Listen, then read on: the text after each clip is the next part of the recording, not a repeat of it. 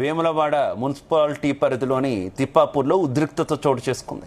Road నిర్మాణం కోసం భవనాలను కూల్చివేస్తుండడంతో బాధితులు అధికారులను అడ్డుకునే ప్రయత్నం చేశారు.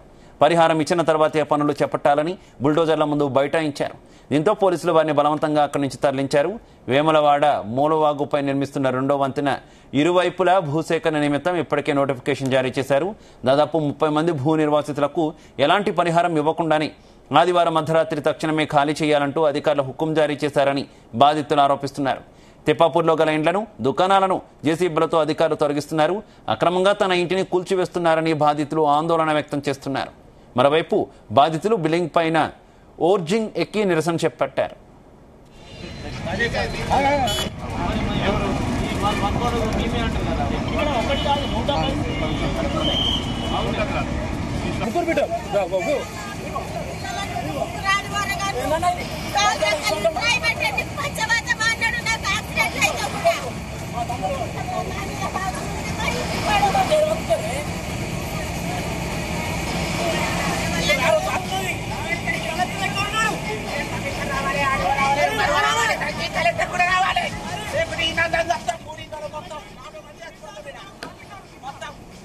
వేములవాడ మున్సిపల్ పరిధిలోని తిప్పాపూర్లో నిర్మాణాల కూల్చివేత పనులు కలెక్టర్ సందీప్ కుమార్ పరిశీలించారు.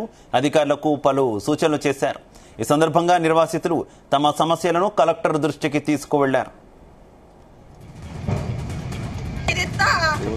కలెక్టర్ ఆఫీస్ దగ్గరికి రా అన్నది దొరసాలి 3 పోస్టులు